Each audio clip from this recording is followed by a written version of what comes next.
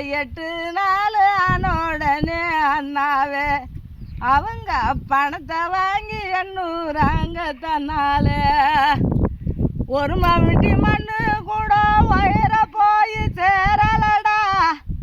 அவங்க உக்காந்து நாயம் பேசி உடுத்து போச்சு சுத்து மண்ணு அக்கா மாற பக்கத்தில் வாயண்டி ஏன்படியா கதைய சொல்லுறேன் கேளடி குடிகார பாவிக்கு நான் கொடுமைக்காரி வாழ வந்தா அவன் இஷ்டம் போல குடிக்கிறாண்டி ஈத்து போட்டு ஒதுக்கிறாண்டி அத்தனி தானா பொறுப்பேன் அக்காவே எனக்கு இனி பொறுக்க மாளாதடி அக்காவே அவங்க வெளியே போற என்ன சொல்லு